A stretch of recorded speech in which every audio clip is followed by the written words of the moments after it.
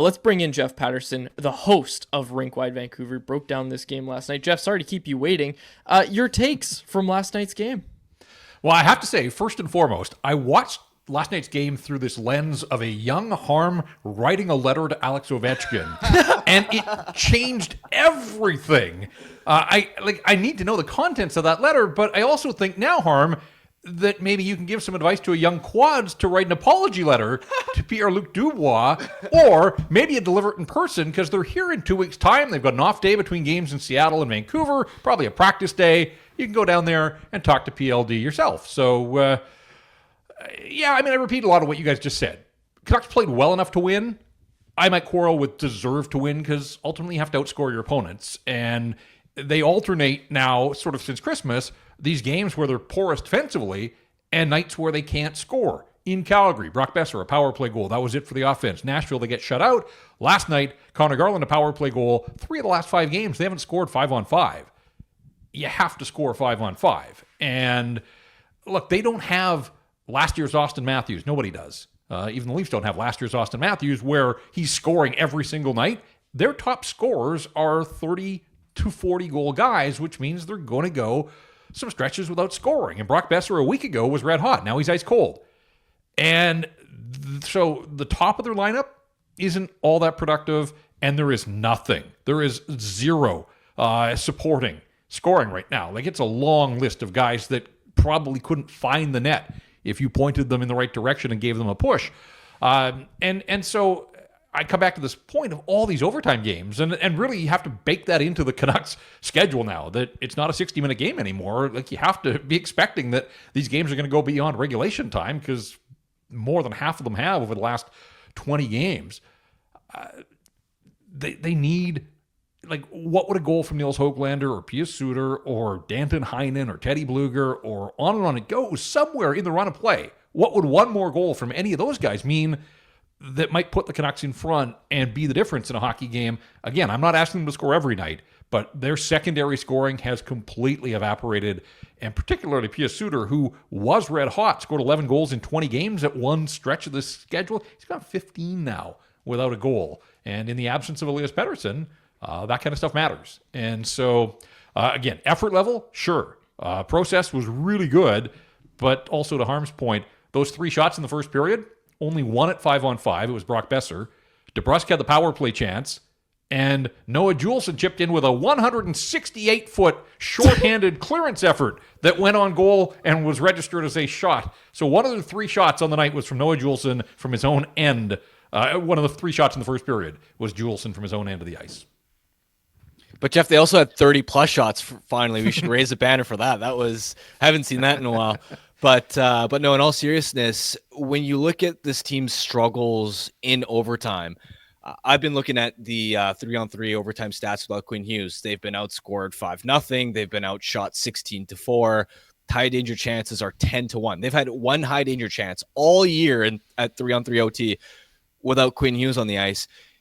Are the team's struggles as simple as they don't have another defenseman, especially with Filip Hronek out of the lineup, that can excel in this 3-on-3 overtime environment? Or do you think there are deeper issues with their overtime struggles? I think it's a little deeper because Phil Hronek was in the opening net lineup and Connor Zary walked around him and parked the puck in the net.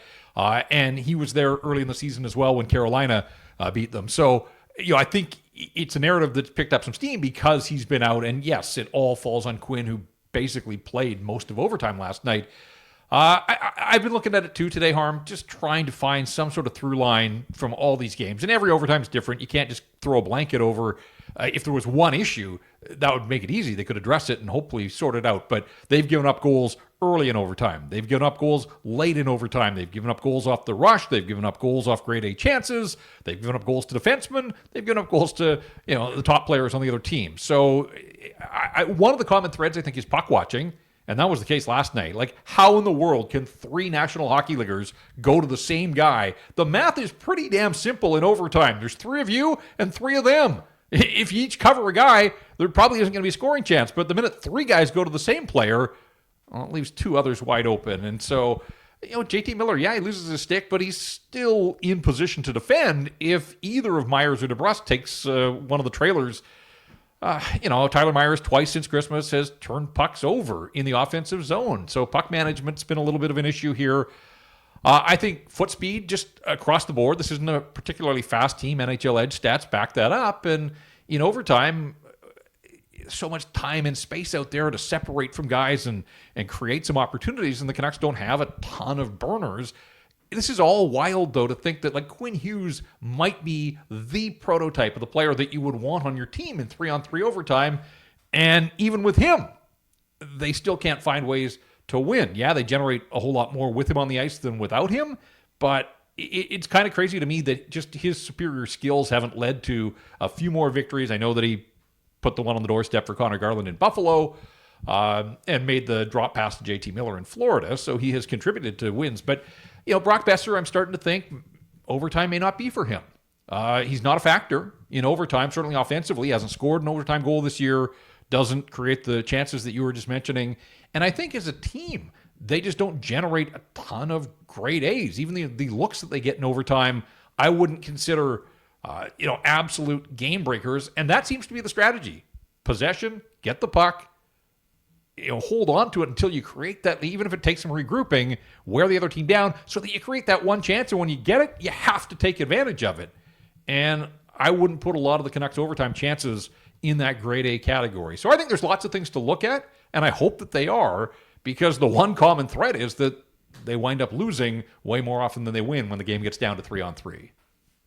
Once Elias Paterson comes back, first of all, the note on Quinn and being a little bit surprised that the Canucks haven't maybe been able to win games despite having one of the best defensemen in the league.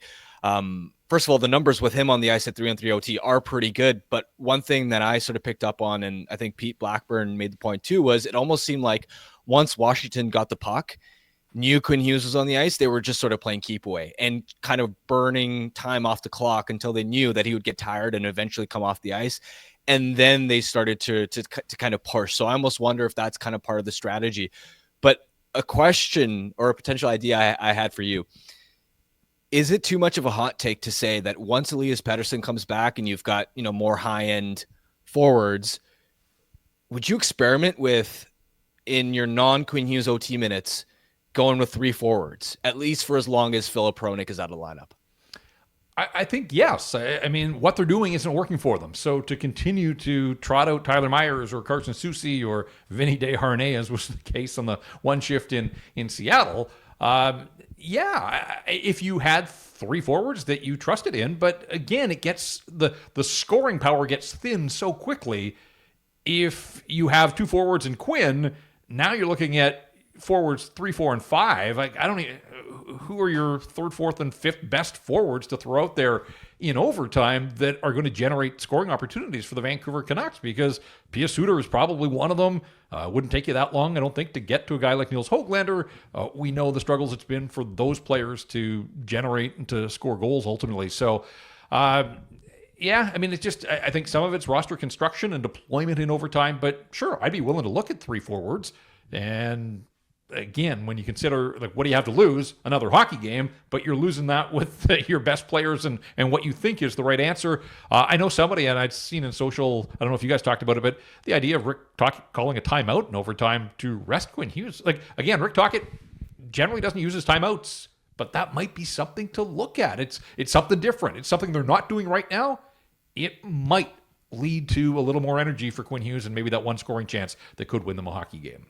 Hey, Jeff, I want to get your reaction to this clip from Rick Tocchet postgame. He's asked about their struggles in overtime, and I think IMAC asked the question and said, given the amount of star power on the team, are you surprised that your team's losing in overtime? And I found Tocchet's quote really interesting, so I want to get your reaction to it as well. Let's pull up the clip here, Jacob. Is it hard to believe with what you have on this team that you haven't won more games in overtime? Well, with can't play Hughes the whole game. I don't know. I don't have an answer for that. We had some chances.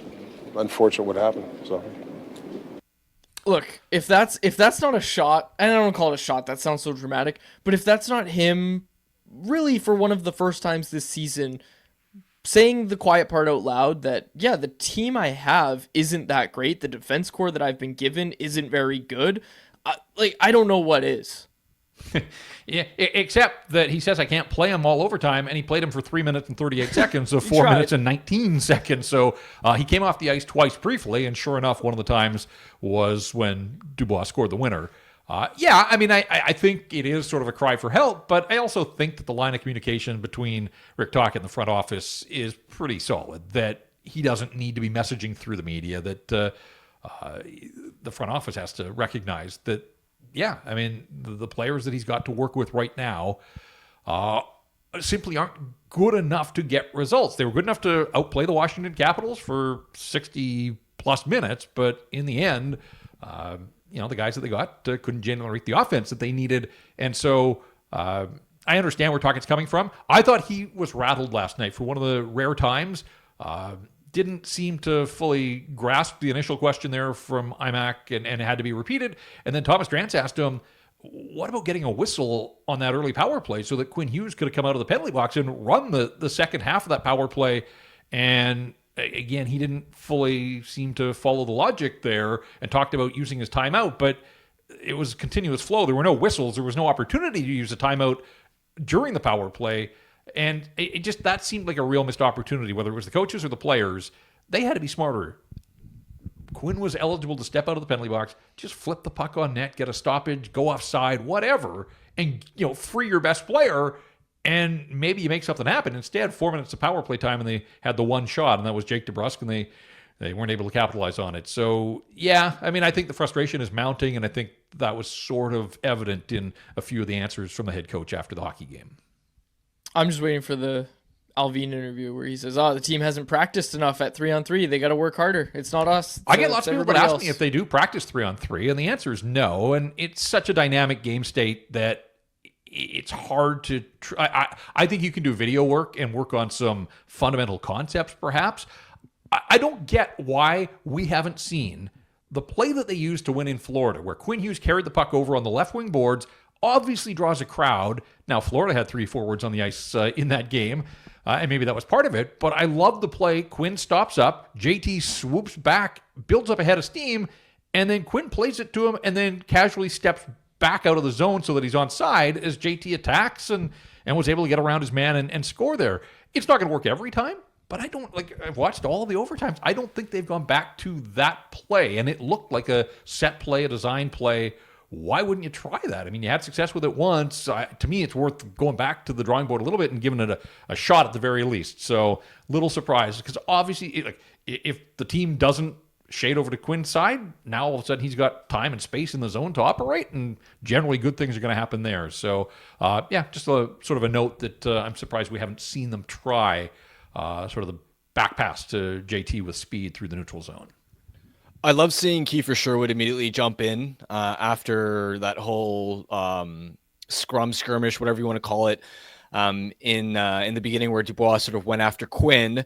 But given the extra shots that he took even after he was on his way to the penalty box, for example, do you think the Canucks sent enough of a message, made it hard enough on Dubois throughout the rest of the night? It's a fine line to balance, obviously, because Vinny Desharnais ended up taking a penalty, trying to get in Dubois' way. But it's a tough spot to be in, where the whole league knows that not only is Quinn playing hurt, but they know the exact injury. And Dubois must have known exactly what he was doing when he went after him early in the game. Yeah, and to Dave's tweet, and I won't go too deep, but I think you made a good point in that the minute Dubois knew he was getting a hooking penalty, it was all bets were off. And he was basically saying to the refs, you're not going to be able to call everything that I'm going to do here in the next 30 seconds. So watch me. And I think there was a bit of a stick swing at Quinn's hand. I don't think it connected, but I think the intent was there to give him a wrap on the glove. And then obviously the check on the side boards, he wasn't just trying to go shoulder to shoulder. He's trying to pin Quinn's leg up against the boards there when everybody else had sort of let up, knowing that the play was coming to an end for the penalty. So, yeah, I mean, there were a few things that seemed a little shady just in terms of intent.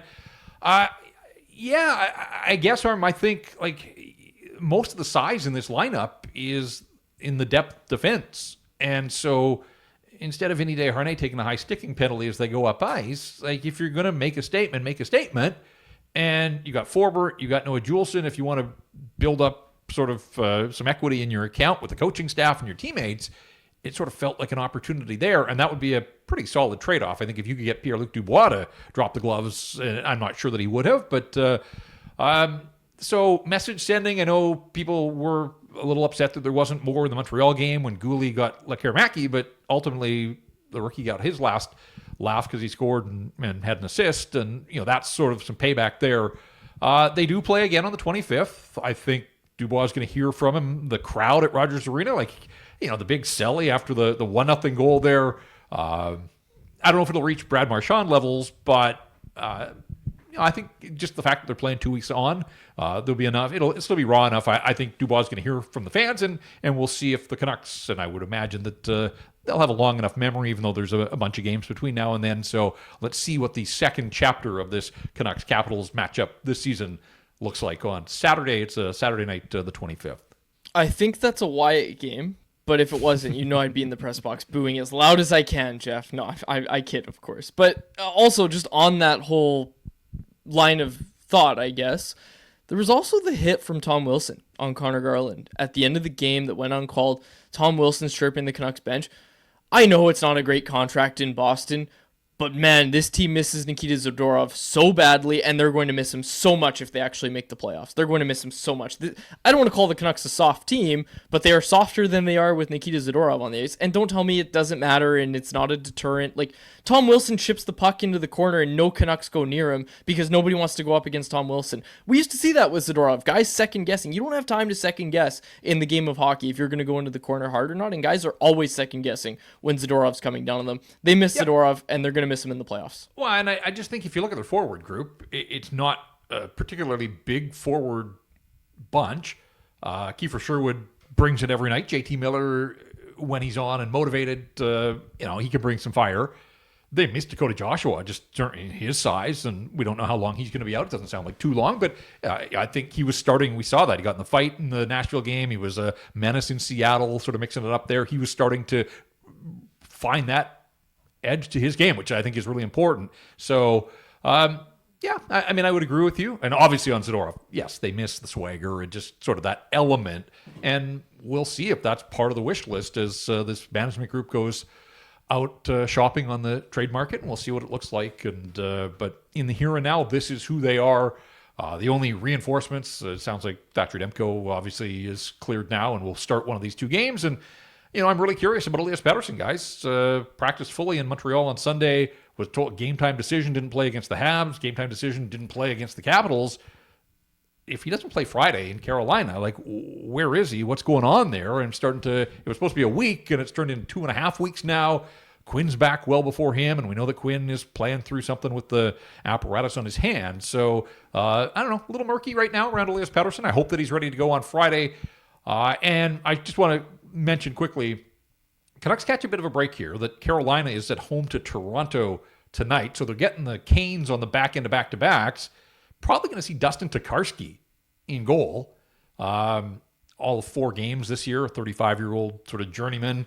So they're not going to see Kochetkov. I assume he's going to face the Leafs tonight. But also, it's back-to-back in 3 and 4 for a Carolina team that got off to this incredible start. They were 14-4 to start the season. They're under 500 in their last 22 games. So we talk about this daunting road trip. The Leafs are on a roll right now. They're playing well. Winnipeg, that's going to be a beast at the end of the trip. I do think there's an opportunity for the Canucks here against a tired Carolina team that isn't at the top of its game. And if the Canucks play like they did in the second period and even into the third period, if they can bring that from Washington to Carolina, I think they stand a chance here to get a result. But one thing to say it, ultimately, they're the ones that are going to have to get out there on the ice and make it happen. If it doesn't happen for them, then it gets really difficult the rest of the way to salvage this road trip. Jeff, thanks for doing this. Appreciate it as always, and we will chat with you soon. All right, sounds good. Thanks, guys. There he is, Jeff Paterson, the host of Rink Wide Vancouver.